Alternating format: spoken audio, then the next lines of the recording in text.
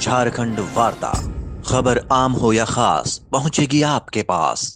OBC एकता अधिकार मंच झारखंड प्रदेश के द्वारा 80 गढ़वा रंका विधानसभा स्तरीय जागरूकता महासम्मेलन का आयोजन टाउन हॉल गढ़वा में किया गया, जिसमें सर्वप्रथम दीप प्रज्वलित कर महापुरुषों के प्रतिमा पर माल्यार्पण किया गया। मंच पर तमाम पदाधिकारियों ने ओबीसी एकता अधिकार मंच के केंद्रीय अध्यक्ष ब्रह्मदेव प्रसाद को बड़े सम्मान के साथ फूल माला से स्वागत किया। मंच का संचालन इश्तियाक राजा के द्वारा किया गया। मंच को संबोधित करते हुए केंद्रीय अध्यक्ष ब्रह्मदेव प्रसाद ने कहा कि नौकरी का क्षेत्र हो, शिक्षा के क्षेत्र हो, चाहे वे मेडिकल और इंजीनियरिंग पढ़ाई के क्षेत्र हो, सभी जगहों पर ओबीसी के लिए 52% सीट आरक्षण करना पड़ेगा। ये संकल्प के साथ हम लोगों ने हुंकार भरने का काम किया है। सभी दल के लोग, सभी जाति के लोग, ओबीसी परिवार के लोग एकता अधिकार मंच पर आकर पूरे जन समर्थन देने का काम किया है। ये लड़ाई आने वाली पीढ़ी के लिए लड़ाई है, इसलिए आपको साथ देकर इस लड़ाई को देश स्तर पर ले जाना होगा, तभी आपके आने वाले पीढ़ी के लिए लड़ाई सफल होगा। ये मैं आपसे निवेदन करने आया हूँ। आपको घर घर में ब्रह्मदेव प्रसाद बनकर इस लड़ाई के अभियान में साथ देना होगा, तभी ये लड़ाई सफल होगी। अन्यथा इसी तरह हम लोग आते रहेंगे, सभा में बैठकर बातों को सुनकर जाते रहेंगे। और खास बात ये है कि आप किस पार्टी में रहेंगे, किस दल में रहेंगे, हम मना नहीं करने आए हैं। किस जाति से, किस धर्म से, किस झंडे को अपने घर पर लहराएंगे, ये मना नहीं करने आए हैं, लेकिन ये निवेदन करने आया हूँ कि जहाँ बात ओबीसी के आए, आप 2 कदम आगे बढ़कर इस झंडे को जरूर लगाएं। आजादी के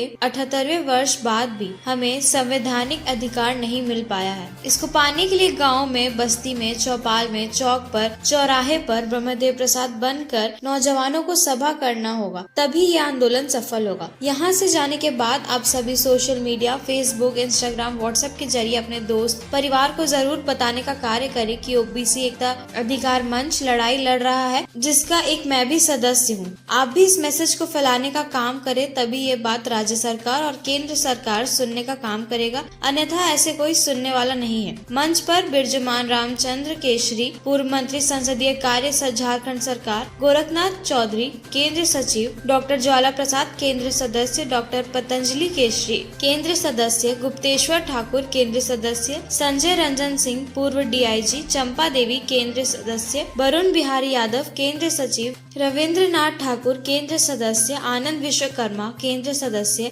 अब्दुल मनान केंद्र सदस्य, शिव चौधरी केंद्र सदस्य, सोनू यादव केंद्र सदस्य, वीरेंद्र चंद्रवंशी केंद्र सदस्य, अजय चौधरी केंद्र सदस्य, कुंदन चंद्रवंशी, अख्तर अंसारी, संतोष प्रसाद, राजेश साव, हिमालय कुमार, अमर कुमार सहित हजारों की संख्या में लोग उपस्थित थे। और उनको यदि वो बोलते हैं किसी दल में रह करके, तो उनको किनारे कर दिया जाता है, इसलिए वो आवाज़ नहीं उठा पाते। और इसलिए यह एकता अधिकार मंच के माध्यम से उनको संदेश देने का काम कर रहा है कि आप यदि मेरा आवाज़ नहीं उठाओगे तो आपको ओबीसी के लोग 65% जो लोग हैं वो आपको कुर्सी से उतार करके फेंक देंगे। किसी दल की ज़रूरत आपको नहीं पड़ेगी। संगठन बनाया इन्होंने और कई वर्षों से लगे हुए हैं। मैं चाहता हूं कि संगठन बहुत मजबूत हो और इसके लिए धन्यवाद के पात्र हैं हमारे ब्रह्मदेव जी।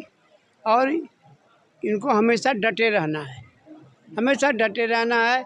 ये संगठन आगे बहुत मजबूत होगा, बहुत मजबूत।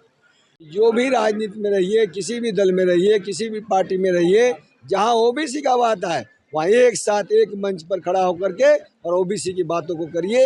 ये मैं निवेदन करने के लिए आया हूँ। हमारी हिस्सेदारी क्या है, ये सोचने का मूल प्रश्न है। और मैं तो ये कह रहा हूँ ना कि जितने भी स्कूल हैं, या तो उनको अपग्रेड करिए, या तो उनको ठीक वैसे ही विकसित कीजिए जैसे कि जो बहुत सारे प्राइवेट स्कूल्स हैं उस स्तर पे ले जाइए।